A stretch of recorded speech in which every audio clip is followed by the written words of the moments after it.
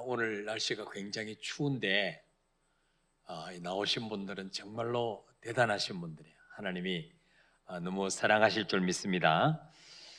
이스라엘 백성들이 애굽에서 430년 동안 노예살이 하다가 이제 하나님이 기적으로 이제 해방되어서 이제 나왔을 때 얼마나 기뻤겠어요.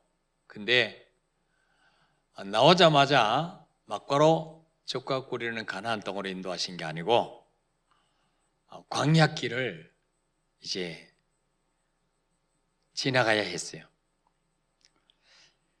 광야에서 애굽에서의 삶과 전혀 다른 새로운 삶을 살아야 했습니다. 그동안 애굽에 있을 때는 전혀 신경 쓰지 않았던 것들을 이제는 하나하나 챙겨야만 했습니다. 물론 애굽에 있을 때는 주인들을 섬기기 위해서 일어나면 요리도 하고 밥도 했지만은 이제 광야에 와서 요리는 안 해도 되었지만 아침 일찍 일어나자마자 광야에 나가서 만나를 매일 거둬야 했습니다. 게으름 피우거나 늦잠 자면 해가 뜨면 만나가 다 쓰러지고 없었어요. 그날을 굶어야 돼요. 또 광야는 너무 뜨거운 것이죠. 햇빛 가려줄 울타리가 없었어요. 또 광야는 물이 없는 곳이기 때문에, 나무 한 폭이 없는 곳이기 때문에 40년 동안 이 식수 문제로 고생을 했어요. 그러니까 먹는 물도 모자라니까 뭐 씻기를 했겠어요? 40년 동안 샤워를 했겠어요? 그냥 얼마나 힘들었겠어요. 그런 삶을 살았어요. 애굽에 있을 때는 그래도 비바람을 막아줄 집이 있었기 때문에 뭐 잠자리도 불편하지 않았는데, 이제 광야 생활은 이동할 때마다 천막을 텐트를 거두어서 메고 구름 기둥이 떠오르면 출발하고 구름 기둥이 멈추면 또 서서 텐트를 설치해야 되는 이런 너무 번거로운 삶을 살게 되었습니다. 한 번도 광야에서 살아본 적이 없는 이스라엘 백성들이 어떻게 이 40년을 이 광야길을 통과했을까요? 이 광야는 한순간도 하나님을 의지하지 않고는 살 수 없는 곳이에요. 낮에는 하나님이 구름 기둥으로 덮어주지 아니하시면 일사병거려서 다 쓰러져요. 또 밤에도 하나님 불 기둥을 비춰주지 아니하시면 얼어 죽어요. 또 낮에는 더위 때문에, 뜨거운 햇살 때문에 나오지 못했던 정갈과 불뱀과 이런 사막에 사는 독충들이 바위 속에서 기어나와가지고 사람들을 물고 해치는 거예요. 근데 불기둥을 비추니까 그것이 못 나오죠. 사람을 해치지 못하죠. 아침마다 하나님이 만나를 안 내려주시면 그들은 살 수가 없어요. 그러니까 광야 40년 동안은 한순간도 이스라엘 백성들이 하나님을 바라보지 않으면 살 수 없는 곳이에요. 그곳으로 인도하셔서 하나님이 훈련을 시킨 거죠. 여러분, 지금 코로나 시대도 그때와 다를 바가 없는 삶을 살고 있어요. 지금 우리의 삶은 코로나 이전과 전혀 다른 삶을 살아가고 있어요. 하루 종일 마스크를 끼고 잠잘 때만 빼고 자지만은 하루 종일 마스크를 끼고 살아야 돼요. 누가 확진자인지 알 수 없는 그런 불안 가운데서 서로 경계하며 살아야 돼요. 가족끼리도 함부로 만날 수 없어요. 요즘은요, 연락하나 급성 환자들도 병원에 함부로 입원할 수도 없어요. 코로나 검사 다 해보고, 또 요즘은 지금 입원실이 없어서 입원도 할 수가 없어요. 여행이나 목욕탕이나 식당도 마음 놓고 갈 수 없는 시대를 만났어요. 언제 어디서 확진자 부딪힐지 알 수 없는 지뢰밭 같은 길을 조심스럽게 걸어가고 있어요. 왜 하나님이 전 세계적으로 이런 고난을 허락하셨을까요? 이게 우연일까요? 하루 이틀 만에 끝나는 것도 아니고 3년에 더 갈 것이다, 그렇게 이야기를 하고 있어요. 자, 오늘 전도서 7장 14절에 보니까 형통한 날에는 기뻐하고 곤고한 날에는 되돌아보아라. 이 두 가지를 하나님이 병행하게 하사 사람의 그의 장래일을 능히 헤아려 알지 못하게 하셨느니라. 하나님이 우리 인생에 형통한 날과 곤고한 날을 번갈아 주신다는 거예요. 근데 형통한 날에는 뭐예요? 하나님이 형통하게 하셨기 때문에 기뻐하고 감사하고 찬송하고, 곤고한 날에는 어떻게 하라 그랬어요? 되돌아보라. 왜 내 삶이 이렇게 고달픈지, 왜 내 인생에 이런 고난이 끊이지 않는지 되돌아보라는 거예요. 그래서 뭐예요? 회개할 것은 회개하고 고칠 것은 고치고, 그렇게 하라는 거예요. 예. 이 문제를 통해서, 이 질병과 이 고난을 통해서 하나님이 원하시는 뜻이 무엇인가를 생각해 보라는 거죠. 이 세상에 우연히 일어나는 일이 없고 저절로 되지는 하나도 없으니까. 참새 한 마리가 땅에 떨어지는 것도 하나님 허락 없이는 되지 않는다고 했으니까. 예. 특히 하나님의 자녀는 머리털까지 다 새 신바 됐다고 했는데 우연히 있겠습니까? 자, 성경에는 하나님의 뜻이 몇 가지 나와 있어요. 첫째로는 뭐가 하나님의 뜻이냐?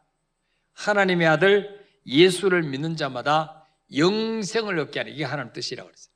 자, 요한복음 6장 40절 읽어볼까요? 시작. 내 아버지의 뜻은 아들을 보고 믿는 자마다 영생을 얻는 이것이니 마지막 날에 내가 이를 다시 살리라 하시니라. 아멘. 우리가 하나님 뜻대로 살기를 원합니다. 기도하는데 우리 하나님 아버지의 뜻이 뭐냐? 예수 믿고 구원받는 게 하나님 뜻이에요. 아들을 보고 믿는 자마다 영생을 얻게 하는 것, 이게 하나님 뜻이라고 그랬어요. 디모데전서 2장 4절에도 보니까요, 하나님의 소원이 뭐냐? 하나님의 소원, 하나님은 모든 사람이 구원을 받으며 진리를 아는 데 이르기를 원하느니라. 모든 사람이 예수 믿고 구원받아서 길이요 진리요 생명 대신 예수를 알기를 원하신다 그래요. 이게 하나님의 소원이에요. 자, 그래서 하나님은요, 지금도 지진이나 기근이나 전쟁이나 전염병을 통해서 첫 번째 하나님이 하실 일은요, 아직 하나님 앞에 돌아오지 않는 택한 백성들, 구원받을 백성들을 이 시련을 통해서, 이 고난을 통해서 부르시는 작업을 하시는 거예요. 예.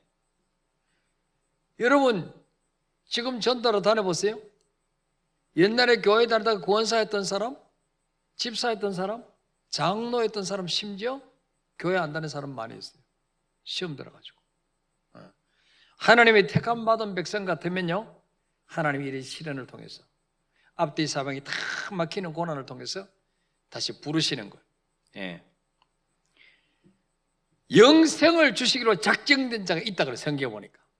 자, 사도행전 13장 48절 한번 읽어볼까요? 시작. 이방인들이 듣고 기뻐하여 하나님의 말씀을 찬송하며 영생을 주시기로 작정된 자는 다 믿더라. 아멘. 우리가 만나는 사람마다 무차별로 찔러봐야 되는 이유가 뭐냐? 이 사람이 혹시 영생을 주시기로 작정된지를 알지 못하기 때문에. 예. 영생을 주시기로 작정된 자는 이마에 무슨 십자가 표가 있거나 그러면 얼마나 전도하기 좋겠어요. 아, 저 사람이 영생을 작정된 사람이구나, 저 사람은 꼭 믿을 거야. 근데 아무 표시가 없어요. 예. 이 바울과 바나바가 이 비시디아 안디옥에 가서 복음을 전하는데 거기 이방인들, 이스라엘 사람이 아니에요. 근데 이방인들 가운데서 뛰어나오세요. 그냥 먹을 급하게 하고 또 없애.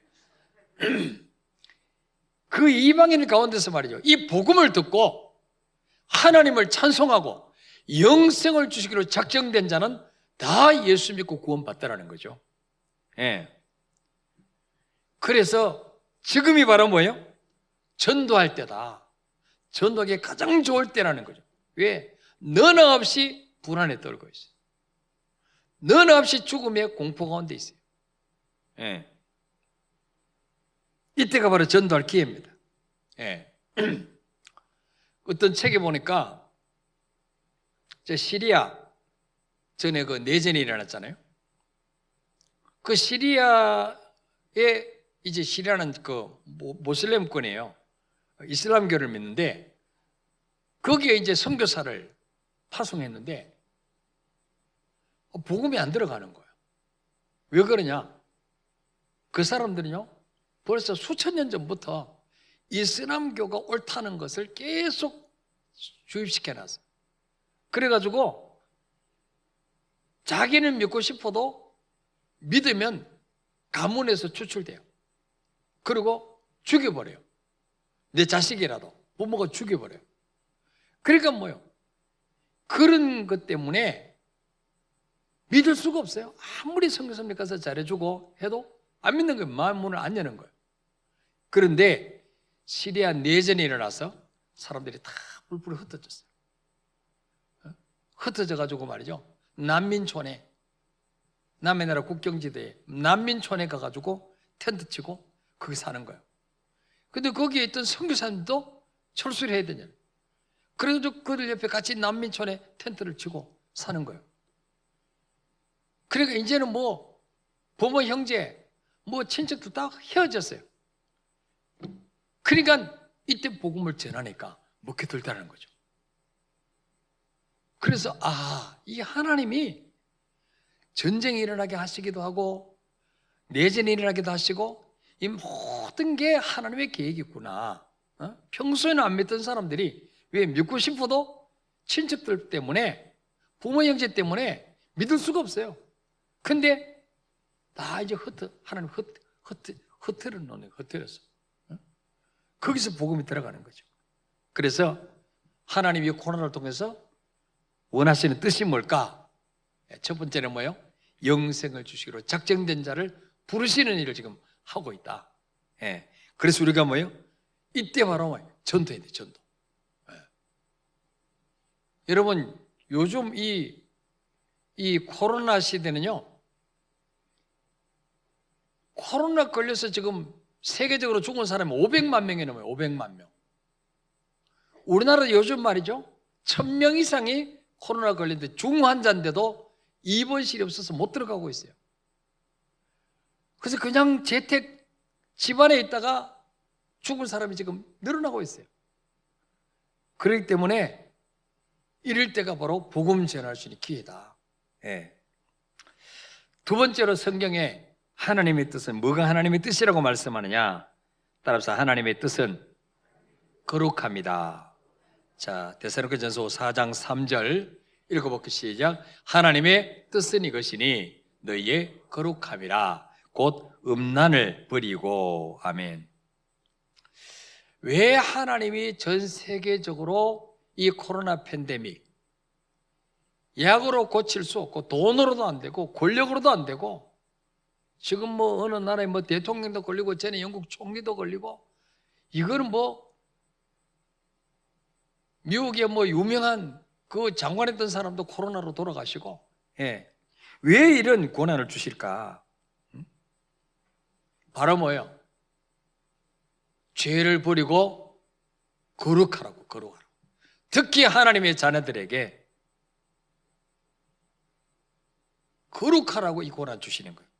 예.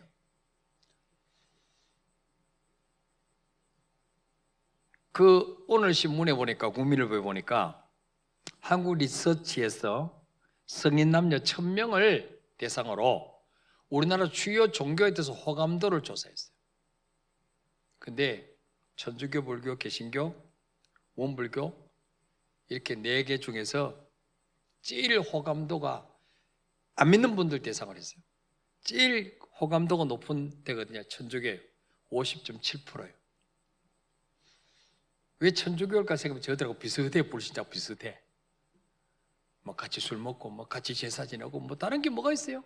비슷한 사람이 끼니까 친할 수 있지. 친할 수밖에 없지. 50.7%. 그 다음에 불교 2위가 50.4%. 세 번째가 개신교인데 31.6%. 31.6%.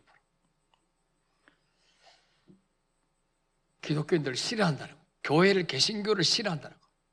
불신자들이. 왜 그러냐 그랬더니 은행의 불일치.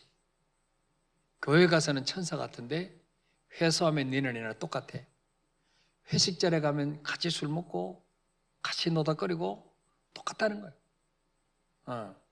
말과 행실이 다르다는 거예요. 다 같이 죄 짓고 세상에 빠져 있다는 거죠. 여러분, 왜 이 교회가 지탄의 대상이 되었을까요? 마태복음 5장 13절에 보니까 읽어볼까 시작. 너희는 세상의 소금이니 소금이 만일 그 맛을 잃으면 무엇으로 짜게 하리요? 후에는 아무 쓸데없어 다만 밖에 버려져 사람에게 밟힐 뿐이니라. 아멘. 예수님이 우리에게 말씀하셨어요. 너희는 세상의 소금이다. 소금이 되라 하지 않았어요. 너는 소금이다. 소금은 뭐예요? 썩지 않게 만드는 방부제 역할을 해요. 그래서 생선에 소금을 칩니다. 고등어에 소금을 간 고등어 만들어요. 응? 안 썩게 부패를 방지하고 있어요. 그 다음에 소금은 뭐예요? 자신을 녹여서 분해시켜서 맛을 내요. 그래서 주님이 성도들 보고, 제자를 보고 너희는 세상의 소금이다. 너희들이 가정에서, 직장에서, 공동체에서 너희 자신을 분해시켜서 희생해서 녹여서 맛을 내게 만든다. 살맛 나게 만든다. 근데 오늘날 기독교인들이 소금의 역할을 하지 못하고 있어요. 예. 자신을 희생시키려고 하지 않는다는 거예요. 녹이려고 하지 않는다는 거예요. 예수 믿는 표를 안 내요. 왜? 내면은 불이익당하고 내면은 또 왕따시키고, 그러니까 적당히 타협하면서 사는 거예요. 예. 예수 냄새를 안 내는 거예요. 예. 또 직장에서나 공동체에서 소금 역할을 하려면 어떻게 돼요? 양보해야 돼요. 포기해야 돼요. 내 권리를 포기해야 돼요. 예. 근데 똑같이 이익 앞에서는 똑같이 투쟁하고 더 가지려고 그러고 하니까 불신자를 싫어하는 거예요. 너희들이 말은 거룩한 척 하면서 말은 뭐 너하고 다르다 그러면서 삶을 보니까 너하고 내하고 다른 게 하나도 없네. 그렇게 비판하는 거예요. 예. 또 마태복음 5장 14절에 보니까 너희는 세상의 빛이라 그랬어요. 예수님 우리에게 너희는 세상의 빛이라. 빛은 어떤 것입니까? 어둠을 밝히는 거예요. 아무리 깜깜한 칠흑같이 어두워도 빛만 쫙 들어가면 빛은 어둠을 삼켜버립니다.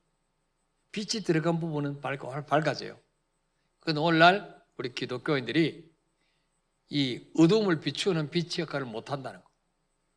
아까 소금도 소금 역할을 못하니까 뭐예요? 소금이 맛을 잃으면 밖에 버려져서 밟힐 뿐이라, 사람에게 밟힐 뿐이라고 했어요.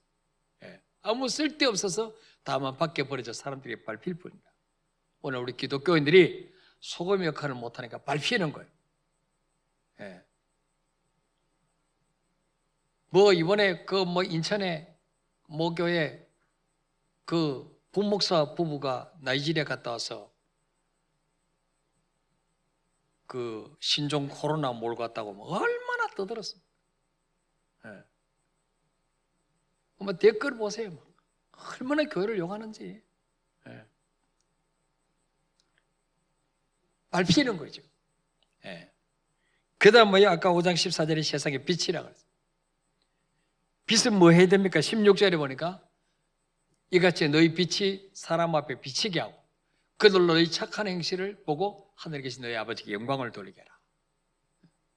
너희 착한 행실을 보고 하늘에 계신 아버지 영광을 돌리게 하라. 어디서든지 기독교인들이 말이죠. 기독교인들이 거기 들어가면 그래도 불신자보다는 낫다는 소리를 듣게 된다. 예. 그래도 교회는 술집보다는 낫다. 이런 말을 들어야 되지 않겠어요? 예. 근데 지금 하나님의 자녀들이 빛과 소금 역할을 못하니까 하나님이 고난을 통해서 징계를 하시, 징계. 예. 거룩의 죄라는 거죠. 거룩의 죄. 히브리서 12장 10절에 보니까 왜 징계하시느냐? 하나님이 오직 하나님 우리의 유익을 위하여 그의 거룩하심에 참여하게 하려 하시니라. 징계의 목적은요, 하나님의 거룩하심에 참여하기 위해서, 하나님 닮게 하시려고, 예수 닮게 하시는 게 우리의 목표예요. 하나님 목표예요. 예. 근데 기독교인들이, 예수 믿는 사람들이 거룩하지 아니하니까, 세상과 똑같이 사니까, 똑같이 죄 짓고 똑같이 사니까 하나님이 코로나를 통해서 이렇게 정신 차리게 만드신 거예요. 어떻게 하면 우리가 거룩해질 수 있을까요? 디모데전서 4장 5절에 하나님의 말씀과 기도로 거룩하십니다. 여러분, 직장도 안 가고 하루 종일 교회만 앉아있다 거룩해지는 게 아니고, 하루 종일 기도만 하고 있다 거룩해지는 게 아니고, 말씀의 거울 앞에 내 자신을 자꾸 비춰봐야 돼. 내가 지금 뭐가 문제가 있는가 하나 나 사이에, 뭐가 가로막혀 있는가. 그래서 뭐예요? 불순종하는 것은 돌이키고 회개하고, 예. 이 기도와 말씀이 우리 삶 속에 늘 병행될 때 어제보다는 오늘이, 내년이 점점 거룩해지는 거예요. 예. 근데 뭐 성경 안 읽으니까, 기도 안 하니까, 예. 그러니까 하나님이 사람들 못 만나게, 여행도 못 가게 하고, 성경 읽으라고, 기도하라고, 노래방 못 가게 하고 그러잖아요. 네. 자, 마지막으로 하나님 뜻이 뭘까요? 바로 항상 기뻐하고 쉬지 말고 기도하고 범사에 감사하는 거. 데살로니가전서 5장 16절부터 18절 읽어볼까요? 시작. 항상 기뻐하라, 쉬지 말고 기도하라, 범사에 감사하라. 이것이 그리스도 예수 안에서 너희를 향하신 하나님 뭐라고요? 뜻이니라. 하나님의 뜻. 하나님 뜻대로 살기를 원합니다. 주님 뜻대로 살기로 했네. 노래는 우울하지게 잘 부르는데 주님 뜻대로 사는 게 뭐냐? 항상 기뻐하는 거예요. 쉬지 말고 기도하는 거예요. 범사에 감사하는 거예요. 아니 지금 기빨리 리세 기뻐하지 미치란 말입니까? 미치면은 항상 웃고 다니는데 나보고 미치란 말입니까? 안 미치고도 감사할 수 있어. 항상 기뻐할 수 있어. 어떻게? 쉬지 말고 기도하면.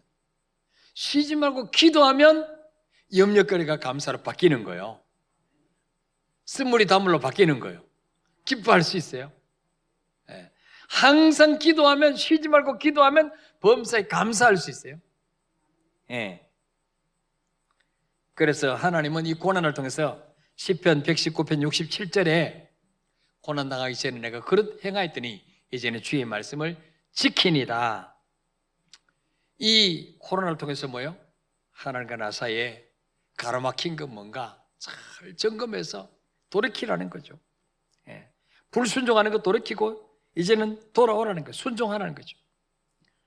고난과 문제가 올 때 내 뜻, 내 생각 버리고 주님 바라보는 사이, 주님만 바라보는 사이니. 고린도후서 1장 8절 9절에 보니까 형제들아 우리가 아시아에서 당한 환난을 너희가 모르기를 원하지 아니하노니 힘이 겹도록 심한 고난을 당하여 살 소망까지 끊어지고 우리는 우리 자신이 사형 선고를 받을 줄 알았으니 이는 우리로 자기를 의지하지 말고 오직 죽은 자를 다시 살리신 하나님만 의지하게 하십니다. 사형 선고를 받은 줄 알았어. 힘에 지나도록 심한 고난을 받다니 8절에 보니까 살 소망까지 끊어졌다. 아 이제 나 끝났구나. 왜 바울에게도 그런 고난을 허락하시냐? 왜 지금 우리에게 이 고난을 허락하시느냐? 이유가 9절에 나와요. 우리 자신을 의지하지 말고 여전히 내가 가지고 있는 지식, 내가 가지고 있는 노하우, 내가 가지고 있는 통장 의지하지 말고 하나님 더 사랑하는 거 다 버리고 오직 뭐예요? 죽은 자를 다시 살리시는 하나님만 의지하게 하심이라. Only God, 하나님만 의지해야 되는데 우리는 하나님도 의지해. 하나님도. 이것도 의지하고 이것도 사랑하고 그 중에 하나 하나님도 끼워주는 거예요. 끼워주는 거예요. 하나님이 절대로 끼워주는 거 원치 않아요. 하나님만 사랑하고 하나님만 믿습니까 여러분? 하나님만 의지하기를 원하시는 거예요. 예. 그래서 잠언 3장 5절 6절에 보니까 너는 마음을 다해 여호와를 신뢰하고 내 명철을 의지하지 말라. 너는 범사의 그를 인정하라. 그러면 내 길을 지도하시리라. 여러분 이스라엘 백성이 광야길 가는 동안에 무사히 사고 없이 갈 수 있는 길은 뭡니까? 마음을 다해 여호와를 신뢰하는 것입니다. 네 명철을 의지하지 말라. 한 번도 안 가본 광야를 무슨 네 생각으로 되겠습니까? 한 번도 겪어보지 못한 코로나를 내 방법으로 헤쳐나갈 수 있겠습니까? 네 명철을 의지하지 말고 6절에 보니까 뭐예요? 범사에 그를 인정하라. 항상 뭐예요? 하나님을 인정하라. 하나님을. 그리고 하나님 말씀에 순종하며 한 걸음 한 걸음 나가면 화도 복으로 바뀌게 될 줄 믿습니다. 이 코로나를 통해서 기도와 말씀으로 점점 거룩해지고 성령의 인도를 받아서 기도할 때 영적으로 오히려 코로나 때문에 더 성장하고 더 우리 믿음이 정금같이 단련되어서 더 단단해지는 거룩한 기회가 되는 코로나로 축복하실 줄 믿으시길 바랍니다. 자, 우리 찬양하고 기도하겠습니다.